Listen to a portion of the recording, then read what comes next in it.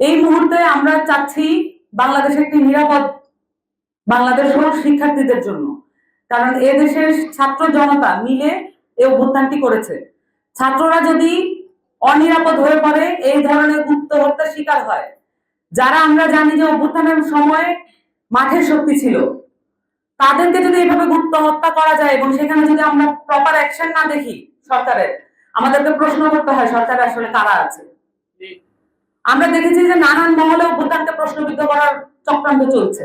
তাহলে কি তারাই সরকার চালাচ্ছে? আমাদের প্রশ্ন।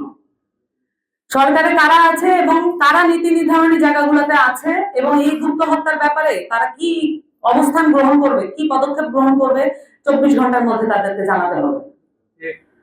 এবং এই মুহূর্তে আমরা এই অফিসে আছি, আমরা নাগরিক কমিটির অফিসে আছি। আমরা মনে করি যে বাংলাদেশের যত রকমের পেশা, ধর্ম, মত আছে, যত রকমের গোষ্ঠী আছে, যাদের বঞ্চনা আছে, কালেকটিভ এবং সমষ্টিগত বঞ্চনা আছে, সকলের সাথে জাতীয় নাগরিক কমিটি ওতপ্রোতভাবে জড়িত থাকবে।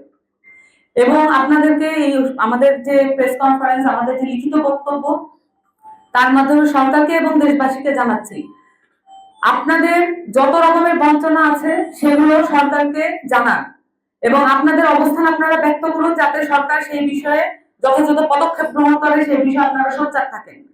আমরা দেখেছি যে জবাবদিহিতা যদি না থাকে, তাহলে একটা সরকার কি পরিমাণ ফ্যাসিস্ট হয়ে উঠতে পারে। আমরা কাউকে ফ্যাসিস্ট হয়ে উঠতে দেব না, ইভেন আমাদের নিজেদের সরকারকেও না। আমরা সামনের দিনে একত্রে লড়াইয়ে সংগ্রামে থাকবো এবং যারা শিক্ষকরা আছেন, সম্মানিত শিক্ষকবৃন্দ, আপনারাও আপনাদের দাবি আদায়ে সোচ্চার থাকবেন। সেই সাথে আপনাদের শিক্ষার্থীদের আপনারা নিরাপদ রাখার চেষ্টা করবেন, তাদেরকে দেখভাল করবেন। শিক্ষা খুবই গুরুত্বপূর্ণ একটি পার্ট এবং শিক্ষা ছাড়া আমরা কল্পনাও করতে পারছি না এই মুহূর্তে যে এই দেশটাকে, এই জনগোষ্ঠীকে আমরা কিভাবে রাজনৈতিক জনগোষ্ঠী হিসেবে গড়ে তুলতে পারি।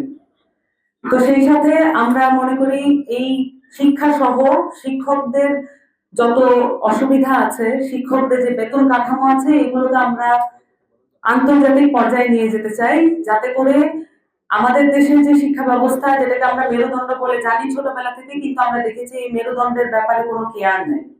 একটা রাষ্ট্রের জায়গা থেকে কোনো কেয়ার নাই। একটা যেটা মৌলিক অধিকার হিসেবে পরিচিত, মৌলিক অধিকারের ব্যাপারে যদি এত একটা অনিরাপত্তার মধ্যে থাকে, বেতন কাঠামো নিয়ে যদি এত তালবাহানা থাকে, প্রাইমারি শিক্ষা তো খুব গুরুত্বপূর্ণ এবং সেই জায়গায় যদি এত অবহেলা থাকে, তাহলে আমরা কিভাবে সামনের দিনে নতুন একটা শিক্ষা ব্যবস্থা, নতুন একটা ঢালাও উপরে সাজানো একটা শিক্ষা ব্যবস্থা কিভাবে আমরা কল্পনা করতে পারি এবং সামনের দিনে আমাদের কিভাবে আগাতে হবে সেটার একটা রূপরেখা এই মুহূর্তে আমাদের প্রয়োজন। আমরা অবাক হয়ে লক্ষ্য করছি, অভ্যুত্থান পরবর্তী বাংলাদেশে একটা শিক্ষা কমিশন আমরা পাচ্ছি না। এখন অনেকগুলো কমিশন হয়েছে, একটা শিক্ষা কমিশন করা খুবই জরুরি। অনেক দিন ধরে অনেক মানুষ, অনেক বুদ্ধিজীবীরা, অনেকে শিক্ষা নিয়ে অনেক কাজ করছেন, তাদের মতামত দেওয়ার জায়গাটা এখনো সরকার করতে পারেননি।